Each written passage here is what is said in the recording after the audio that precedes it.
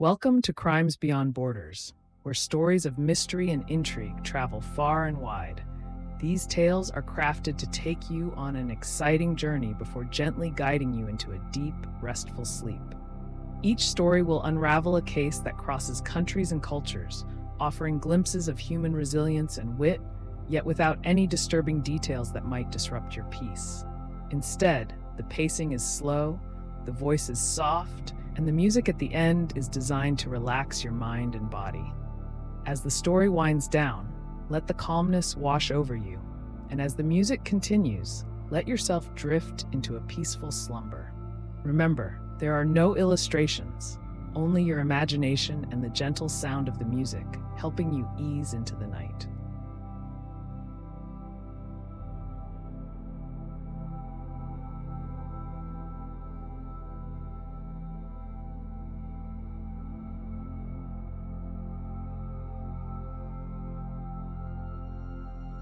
The city of Cebu was alive with the bustle of daily life. The rhythm of jeepneys, the chorus of vendors calling out their goods, and the scent of fresh ocean air blowing in from the bay. Amid this lively chaos, Mark and Leah found their peace. Their love was like an anchor that held them together, even as the world spun around them. To Mark, nothing mattered more than the life they were building. Leah had worked tirelessly to help her family, juggling her job and studies while still finding time to nurture their relationship. Yet beneath their love, something darker festered, something that neither of them could see. Mark's mother, Amara, had always been cold toward Leah. Though she wore a polite smile in their presence, Amara couldn't hide the disdain in her eyes whenever she looked at Leah. Mark's family was well-to-do, while Leah came from a poor, provincial background. Amara had higher aspirations for her only son, and in her eyes, Leah was an obstacle to his success. Mark, blinded by love, had dismissed his mother's quiet but persistent comments. "She's using you, Mark. She's with you for your money. Her family is a burden. You'll end up supporting them for the rest of your life. You deserve better than a girl who has to scrape by." Every remark bounced off Mark, who believed Leah's heart was as pure as their love was strong. But as Amara's resentment simmered, she concocted a plan, one that would twist the very core of her son's trust. Months passed, and Mark and Leah's life together seemed perfect on the surface. They had moved into a small apartment near the heart of the city, a place filled with laughter, late-night conversations, and shared dreams of a future together. Mark's job in marketing allowed them to live comfortably, though not lavishly, while Leah worked part-time in a local cafe to help cover her school fees. It was a modest life, but it was theirs. Unbeknownst to them, Amara had begun sowing the seeds of doubt. She had hired someone, an old friend of hers who dabbled in digital manipulation, to help create a web of deception that would shatter the couple's world. She collected pictures of Leah, footage from social media, and any content she could find to use against her. With the rise of AI and deepfake technology, the tools were at her fingertips, and the plan began to unfold. One evening, as Mark was settling into bed, his phone buzzed with a message. It was from an unknown number. The message contained a short, grainy video of Leah sitting in a dimly lit bar. The footage showed her leaning in close to a man, whispering something in his ear before they laughed together.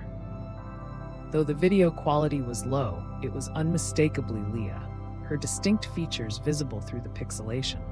Mark's heart skipped a beat. Leah had told him she was studying late that night, but this video seemed to tell a different story. Was she lying? His stomach churned as he played the video again, searching for context, for something that would make sense. He felt a creeping anxiety, but he didn't say anything, not yet. The following day, another message came.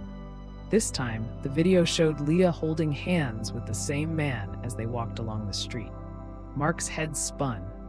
The man's face was never clear in the videos, always shot from odd angles or obscured, but Leah was front and center. His mind raced. Who was this man, and why hadn't she mentioned him? Days passed, and the videos kept coming. Each one seemed more damning than the last, each a blow to the trust Mark had built with Leah. In one clip, they were entering a hotel together, her arm casually draped over the man's shoulder. In another, they were seen laughing at a beachside restaurant. Her smile so carefree, so intimate. Mark's sleep became restless. He would lie awake next to Leah, watching her, wondering how he could have missed the signs. Had she been pulling away from him? Had her affections for him faded? It didn't make sense. None of it did. She still looked at him with love, still kissed him with the same tenderness. But these videos painted a different picture, one he couldn't ignore. One evening, after a particularly bad day at work, Mark's phone buzzed again. It was a video, but this one came with an added message. How long will you let her play you? Mark's hands trembled as he opened the clip. It was of Leah and the mystery man inside a room. The lighting was poor, but the scene was unmistakable. She was sitting close to him, their faces inches apart. Mark's heart pounded as he watched, bile rising in his throat. Was this really happening? Distraught, Mark sought the only person he could confide in, his mother. He hadn't told her about the videos at first, but now he was desperate for guidance. He visited her the next day, his face pale and his hands shaking.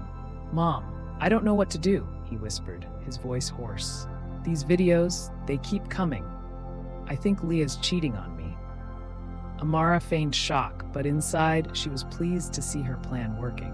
She placed a comforting hand on Mark's shoulder, her eyes filled with false concern. "I'm so sorry, Mark," she said softly. "I always had a feeling something was off about her. Maybe it's better you found out now before it's too late."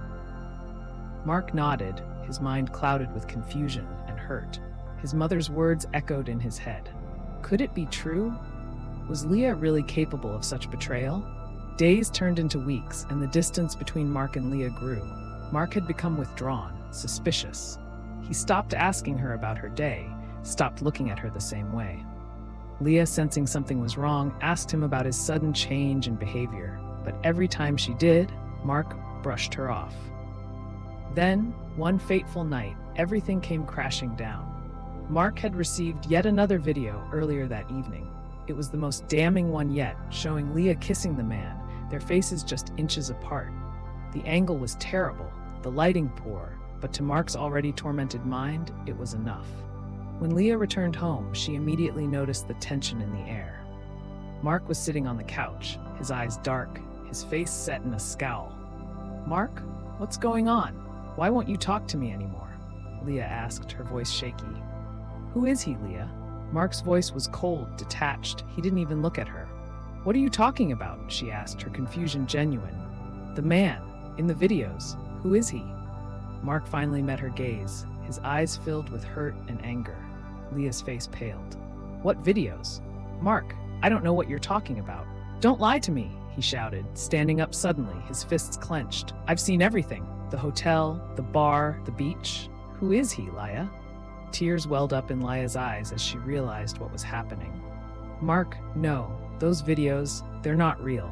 I swear to you, I've never cheated on you. You have to believe me." But Mark didn't believe her. The seed of doubt that had been planted so carefully by his mother had taken root, and it had consumed him.